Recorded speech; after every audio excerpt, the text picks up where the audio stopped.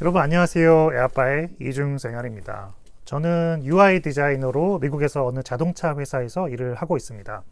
한국에서 디자이너로 일을 할 때 미국 회사로부터 오퍼를 받아서 이거 지금 가야 되나 말아야 되나 고민을 하고 있었을 때가 엊그제 같은데 벌써 5년 전 이야기가 되었습니다. 미국에서 일한 지 5년이 지나고 6년 차가 되는 지금 제가 미국 땅에서 미국인들이랑 같이 일하며 지낸다는 것이 아직도 낯설게 느껴질 때가 많습니다. 가끔 이런 기분 느낄 때 있지 않으신가요? 그 세상에 갑자기 너무 낯설게 느껴지고 제 안에서 제가 빠져나와서 내가 나를 보고 있는 것 같은 순간 말이죠. 그리고는 내가 나에게 이렇게 질문을 합니다. 야, 넌 어쩌다가 지금 여기 있냐? 네, 오늘 영상에서는 제가 지금 어쩌다가 여기까지 오게 되었는지 살짝 돌아보려 합니다. 채널 돌리지 마시고 끝까지 시청 부탁드립니다. 저는 미국에서 공부한 적은 없습니다. 영어를 위해 조기 유학을 했다거나 그런 것도 딱히 없습니다. 한국에서 초, 중, 고 대학을 나왔고 UI 디자이너로 취직해서 같은 길로 경력을 이어나갔습니다. 사회생활은 누구에게나 그렇듯 저 역시 쉽진 않았습니다. 디자이너는 디자인 실력으로 보여줘야 하는데 제가 디자인 시안을 낼 때마다 속된 말로 이제 까이기 일쑤였고, 야, 이걸 지금 시안이라고 가져왔어? 남들 몰래 운 적도 많았습니다.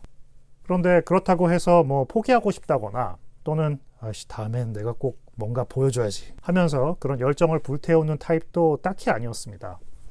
나쁘게 말하면 아무 생각이 없이 그냥 하라니까 하고 시안이 까이면 그런가 보다 하는 게 저의 태도였습니다. 물론 자존심은 있었고 창피함도 있었습니다. 저희 첫 회사에서 학교 후배들도 덜어 있었고 나보다 실력이 좋은 후배 앞에서 내가 한 것들이 까이고 있으면 사실 창피했죠. 그런데 그렇다고 에이 더러워서 안 해 하며 회사를 박치고 나가는 것이 더 창피한 것이라 생각했기 때문에 그러진 않았습니다.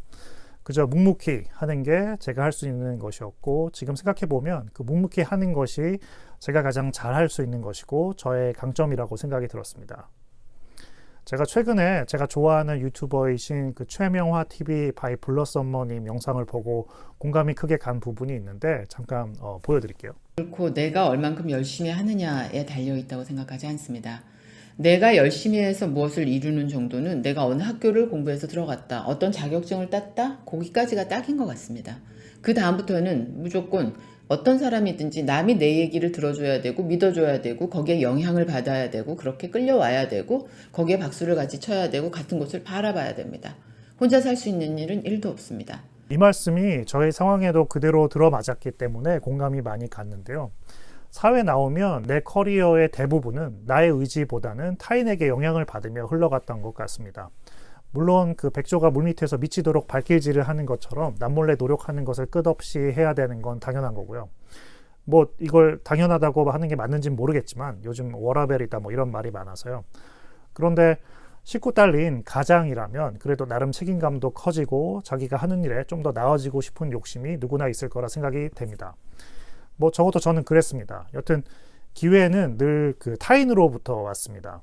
첫 회사에서 연봉을 좀 더 올리고 싶어서 그 이직을 고려할 때도 어느 대기업에 있던 대학교 같은 학과 친구가 우연찮게 저를 소개를 해줘서 옮길 수 있었고, 또 미국 회사에서 오퍼를 받은 것도 같이 일했던 어느 팀장님이 미국에 먼저 건너가서 저를 끌어와 준 것이었습니다.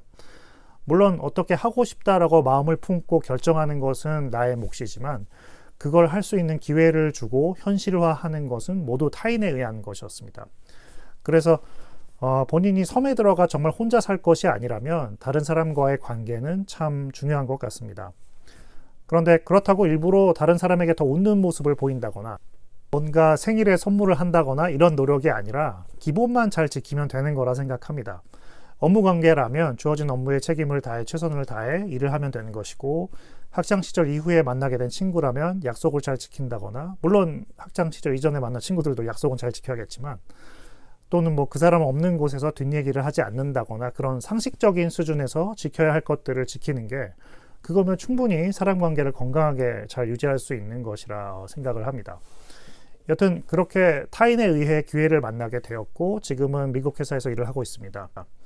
누군가 저에게 이렇게 말하는 사람이 있습니다. 야, 너 미국 유학 한 번 안 하고 미국에서 일하는 거면 겁나 잘된 케이스인 거 아니야?